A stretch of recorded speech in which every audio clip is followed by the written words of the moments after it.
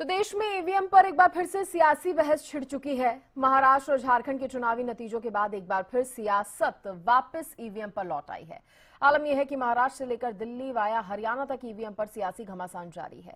हरियाणा में कांग्रेस और बीजेपी में लगातार वार पलटवार जारी है। कांग्रेस ईवीएम पर सवाल उठा रही है तो वहीं बीजेपी पूछ रही है कि महाराष्ट्र में ईवीएम खराब थी तो क्या झारखंड में सही है।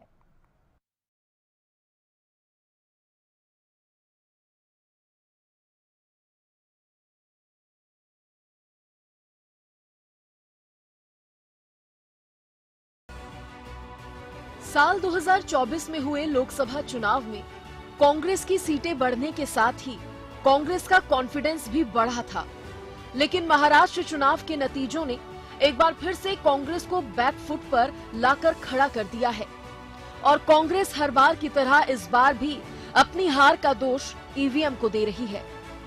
इस बीच लोकसभा सांसद दीपेंद्र हुड्डा ने महाराष्ट्र में हुई हार के सवाल पर कहा है कि इन नतीजों ने चुनाव प्रक्रिया की निष्पक्षता पर सवाल खड़े किए हैं। केवल ईवीएम का तो एक प्रश्न है ही, तो मगर उसके साथ साथ बाकी भी बहुत से प्रश्न हैं।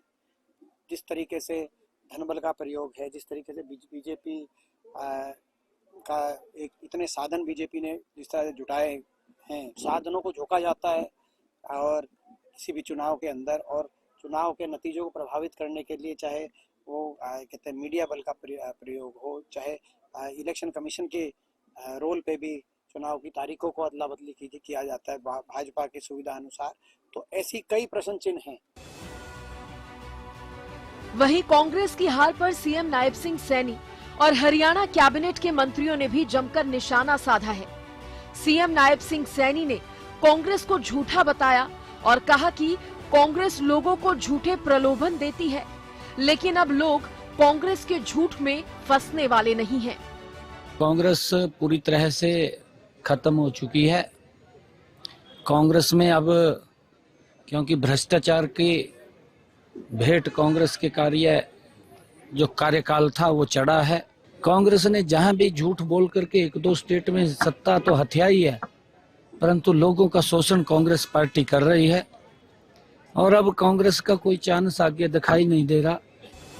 कैबिनेट मंत्री कृष्ण बेदी ने भी कांग्रेस पर परिवारवाद की राजनीति करने का आरोप लगाया और कहा कि कांग्रेस परिवारवाद तक ही सीमित है। तो वहीं कैबिनेट मंत्री अरविंद शर्मा ने महाराष्ट्र चुनाव को लेकर कहा कि पीएम मोदी पर एक बार फिर से जनता ने विश्वास जताया है और आने वाले समय में भारत कांग्रेस मुक्त होगा। कांग्रेस भी ऐसी जात पात करे ना, लेना लोगों का हिस्सा। ऐसी जात पात क्यों नहीं करती कांग्रेस? गरीब को हिस्सा देना अपना। कभी कांग्रेस ने दिया नहीं, या तो वो परिवारवाद तक सीमित रहती है। आम आदमी की जरूरत तक कोई चीज पहुंचाई नहीं कांग्रेस ने, और आज हार के तो रो रहे हैं। अब देखो, अब झारखंड में पूछना उनसे, झारखंड में कैसा रहा ईवीएम? झारखंड में ईवीएम कैसा रहा? वो कांग्रेस का अपना मन है, उनका दिमाग झूठ का पुलिंदा है। अब महाराष्ट्र में भी बहुत सारी झूठ फैलाने की कोशिश की, लेकिन पूरे पार्टी के कार्यकर्ताओं ने, पार्टी के नेताओं ने मोदी जी के नेतृत्व में उनका झूठ नहीं चलने दिया, और जहां उनका झूठ नहीं चलता वहीं वो साफ हो जाते हैं। इधर कैबिनेट मंत्री महिपाल ढांडा ने भी कांग्रेस पर आरोप लगाते हुए कहा कि कांग्रेस को दिक्कत है, वह बन रहे कामों में भी रोड़ा अटकाती है। कांग्रेस को अब अहंकार से बाहर निकलना चाहिए। वहीं कांग्रेस के चुनाव में हार का दोष ईवीएम को देने के सवाल पर कैबिनेट मंत्री रणबीर गंगवा ने पलटवार किया और कहा कि कांग्रेस के पास हारने के बाद ईवीएम को दोष देने के अलावा और कोई चारा नहीं बचता है। ऐसी समस्याएं, ऐसे बीज कांग्रेस में गई थी जिनका मैं कहूँगा कि कोई समाधान नहीं था। हमने मिल बैठ के उन समस्या वाले लोगों के साथ इन समस्याओं का निराकरण कर दिया, समाधान कर दिया। अब ये भी नहीं पच रहा उन लोगों को। कांग्रेस कह रही है कि जो समाज समझ नहीं आ रहा है कि भाई कांग्रेस वालों, तारे को दिक्कत क्यों हो रही है?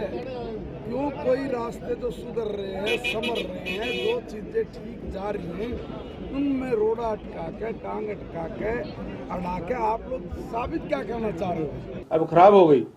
जब कांग्रेस पार्टी की 5 सीटें प्रदेश के अंदर आई लोकसभा की, उस टाइम ईवीएम ठीक थी।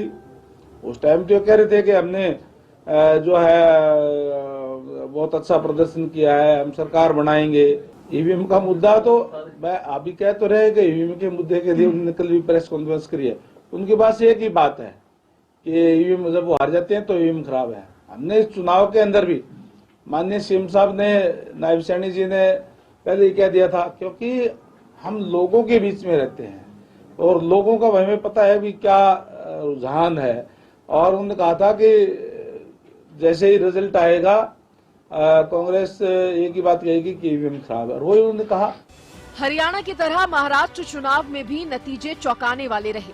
वहीं बीजेपी को मिले भारी जनादेश ने जहां कांग्रेस की नींद उड़ा दी है, वहीं वार पलटवार का सिलसिला भी जारी है।